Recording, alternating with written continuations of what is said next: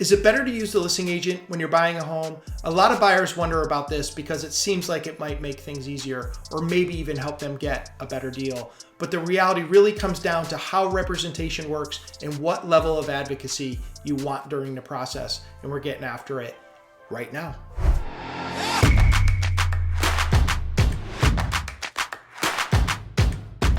The first thing to understand is what the listing agent's role actually is. The listing agent represents the seller. Their job is to market the property, negotiate on the seller's behalf, and help the seller achieve the best possible price and terms. Even when a listing agent is professional and helpful, and most are, their fiduciary responsibility is still to the seller, not the buyer. Now, when a buyer decides to work directly with the listing agent, the situation often becomes what's called dual agency or designated agency, depending on how the brokerage is structured and what's allowed under Connecticut rules. In those situations, the agent's ability to fully advocate for either side becomes limited. They may still help facilitate the transaction, but they can't provide the same level of strategic guidance to both parties at the same time.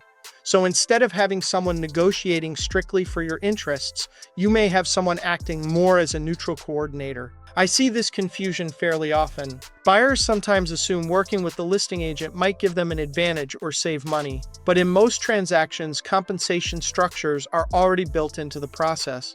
The financial outcome usually doesn't change simply because you're working with the listing agent instead of having your own representation. What does change is the level of advocacy.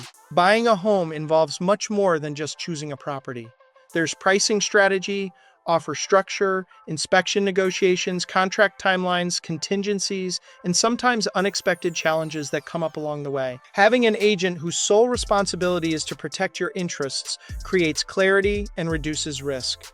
Here in the greater Hartford area, especially in competitive markets like West Hartford or South Windsor, strategy and timing can make a meaningful difference. Having your own representation often gives buyers more confidence and better guidance throughout the process. So when I'm talking with buyers about this, it really comes down to what they're comfortable with. Some people are confident navigating complexity with limited advocacy. Most people prefer having someone fully in their corner from start to finish. The better question isn't whether you can use the listing agent.